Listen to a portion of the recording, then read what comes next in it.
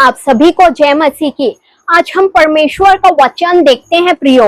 आज हम जय में चलने की 3 कुंजियां देखेंगे। सबसे पहला कुंजी है धन्यवाद।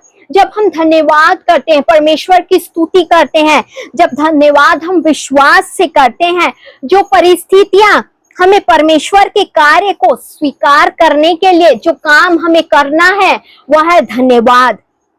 क्योंकि पहला थिस्सलुनीकियों 5:18 बोलता है, हर बात में धन्यवाद करो क्योंकि तुम्हारे लिए मसीह यीशु में परमेश्वर की यही इच्छा है। इसलिए प्रियो, हर समय हमें परमेश्वर का धन्यवाद करना है, क्योंकि धन्यवाद सिर्फ थैंक यू बोलना ही नहीं है, बल्कि हर परिस्थितियों में परमेश्वर की भलाई, उसकी विश्वास योग्यता और इसकी सामर्थ को स्वीकार करना है। बाइबल धन्यवाद के लिए एक आत्मिक बलिदान, एक विश्वास की घोषणा करती है। एक आराधना पूर्व जो हमारे समय में, हमारे जीवन में आता है वह है धन्यवाद। आराधना से हम धन्यवाद कर सकते हैं। हर बात में धन्यवाद करो। हर बात में हमको परमेश्वर का धन्यवाद करना, हर एक छोटी छोटी बातों के लिए हमें परमेश्वर का धन्यवाद करना है, क्योंकि तुम्हारे लिए मसीह यीशु में परमेश्वर की यही इच्छा है। हम देख चुके हैं। और बाइबल के अनुसार धन्यवाद कैसे करना चाहिए, how we can give thanks and praise to our almighty. हर परिस्थिति में धन्यवाद करना, केवल यह हमारे लिए क्या है, बहुत ही परमेश्वर का जब हम धन्यवाद करते हैं, हम शुक्रगुजारी करते हैं, अपने हृदय को, टूटे और नम्र हृदय को परमेश्वर के वेदी के सम्मुख में लेकर आते हैं और परमेश्वर के हाथ में सौंप देते हैं। कठिन समय में भी हमें हर समय धन्यवाद करना है। पूरे हृदय से हमें धन्यवाद करना है, केवल होठों से ही नहीं, हृदय की गहराई से, जो मन से निकला हुआ धन्यवाद है वो परमेश्वर को क्या करता है प्रियो, प्रसन्न करता है। और सच्चे मन और विश्वास से हमें परमेश्वर का हर समय थैंक्स गिविंग, शुक्रगुजारी करना है। संपूर्ण मन से यहोवा का धन्यवाद करूंगा। भजन संहिता 91:9 उसका 1 बोलता है, मैं हर समय पूरे हृदय के साथ में परमेश्वर का धन्यवाद करूंगा। प्रार्थना में धन्यवाद, जब हम उसकी स्तुति करते हैं धन्यवाद। जब हमें क्या करना, शिकायतें नहीं करना है, बल्कि अपनी सारी बातों को परमेश्वर के आगे उंडेल कर, क्योंकि वही सबका नियंत्रित करने वाला है। हमें क्या करना है, धन्यवाद करना है।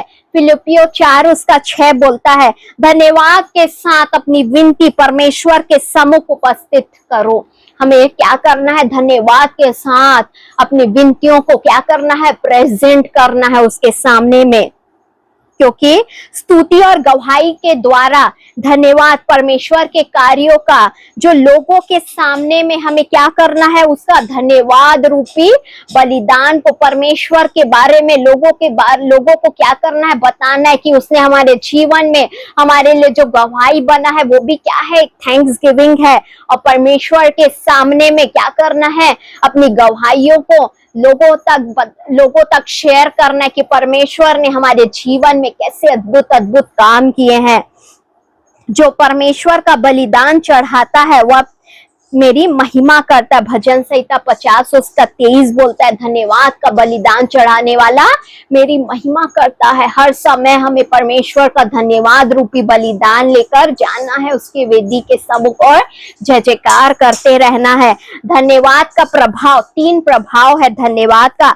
धन्यवाद भय को विश्वास में बदल देता है। धन्यवाद शिकायतों को शांत कर देता है। और धन्यवाद बंद द्वारों को क्या कर देता, ओपन कर देता। इसलिए हर समय प्रियो धन्यवाद करे।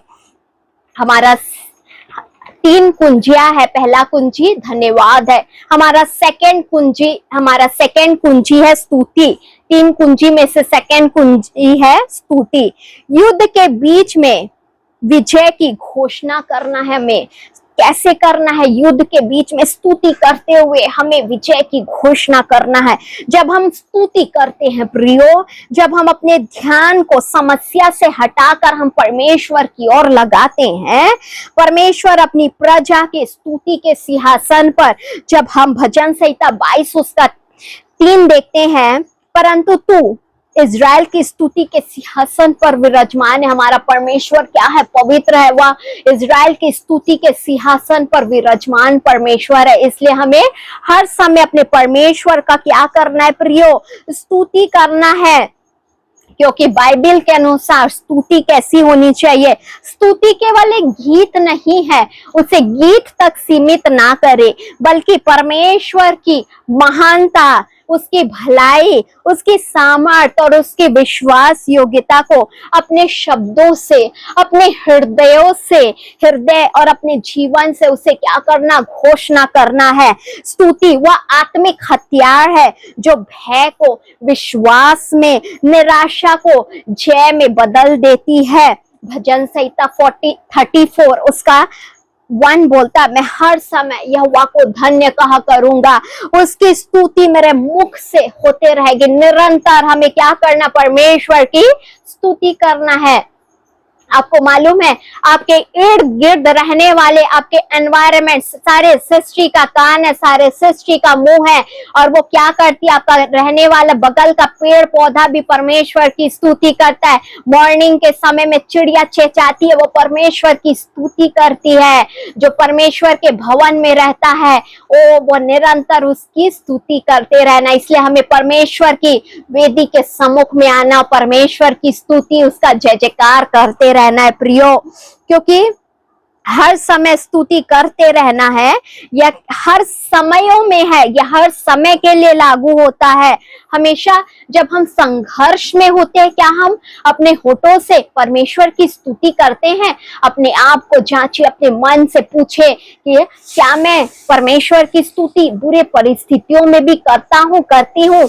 हर समय करना है प्रियो, क्योंकि परमेश्वर की स्तुति जो करता है वो क्या करता है? परमेश्वर की निरंतर वो उसकी स्तुति करते रहता, परमेश्वर को धन्य कहता रहता है।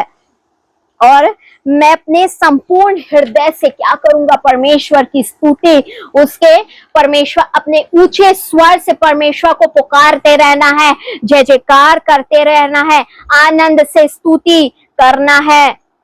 क्योंकि स्तुति हमें आनंदित करता है, उत्साह करता है और विश्वास में लिए चलता है।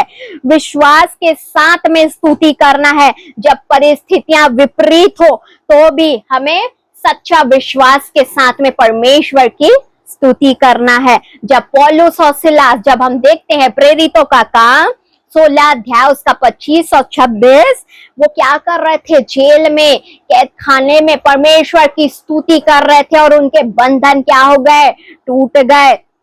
हम स्तुति का 3 प्रभाव देखेंगे। स्तुति वातावरण को बदल देती है, स्तुति भय को दूर करती है, स्तुति परमेश्वर की उपस्थिति में वो परमेश्वर की उपस्थिति, परमेश्वर की महिमा, परमेश्वर की ग्लोरी को प्रकट करती है। स्तुति आध्यात्मिक युद्ध में जय दिलाती है, क्योंकि परमेश्वर क्या है? स्तुति में रहने वाला। हम भजन संहिता में देखे, परमेश्वर इज़राइल की स्तुति पर विराजमान है। जहाँ स्तुति है वहाँ परमेश्वर की उपस्थिति है। जहाँ परमेश्वर की उपस्थिति है वहाँ निश्चय जय जरूर हासिल होगा प्रियो। इसीलिए हर समय हमें परमेश्वर की स्तुति, परमेश्वर की आराधना करना है, परमेश्वर की जय जयकार करना है। आराधना, तीसरा कुंजी है आराधना। आराधना केवल शब्द नहीं है, बल्कि समर्पित जीवन है। आराधना एक समर्पित जीवन है। जब हमारा जीवन परमेश्वर की इच्छा के अनुसार में चलता है, तब वह सच्ची आराधना, हम क्या बन जाते? परमेश्वर के लिए एक सच्ची आराधना, एक सच्चे आराधक बन जाते हैं। क्योंकि रोमियो 12:1 बोलता है, अपने शरीर को परमेश्वर के आगे जीवित, पवित्र और भावता हुआ बलिदान करके हमें चढ़ाना है। इसलिए प्रियो, जब मन टूटा हो फिर भी धन्यवाद देना है। जब आंसू बह रहे हैं तब भी हमें क्या करना? परमेश्वर की स्तुति करना है। जब कुछ समझ ना आए फिर भी आराधना में बने रहना है, क्योंकि सच्ची आत्मिक आराधना जय लाती है। शैतान तो हर परिस्थितियों में हमें क्या बोलता है, चुप रहो, लेकिन परमेश्वर हर परिस्थितियों में विश्वास से हमें उसकी वचन की घोषणा करना है, जय जयकार करना है, जय जयकार की ललकार करना है, क्योंकि धन्यवाद शिकायतों को क्या करती है, समाप्त करती है। स्तुति आराधना के वातावरण जो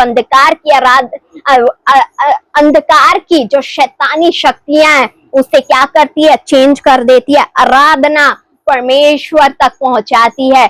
इसलिए प्रियो, हृदय से, दिल से क्या करना है, धन्यवाद देना है। स्तुति वातावरण को बदलती है, आराधना जीवन को बदल देती है प्रियो।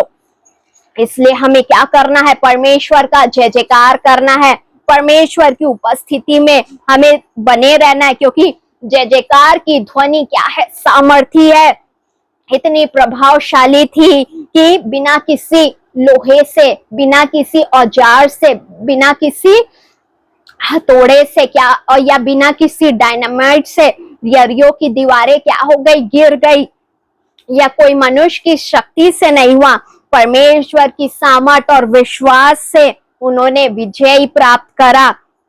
जहाँ विश्वास के साथ जय जयकार उठती है वहां बाधा दूर हो जाती है, वहां पर मुसीबत संकटें दूर हो जाती है, दीवारें गिर जाती है, बंधन टूट जाती है, श्राप छूट जाती है और रुकावटें दूर हो जाती है, खुल जाती है, सारे बंद दरवाजे खुल जाते हैं। क्योंकि जब हम जय जयकार करते हैं हम परमेश्वर की महिमा को अपने आंखों से देखते हैं, इसलिए परमेश्वर की महिमा से भरकर उछलते कूदते नाचते गाते हमें परमेश्वर का धन्यवाद और जय जयकार करना, स्तुति करना, आराधना करना। परमेश्वर इस वचन के द्वारा आप सभी को ब्लेस करे। आमीन।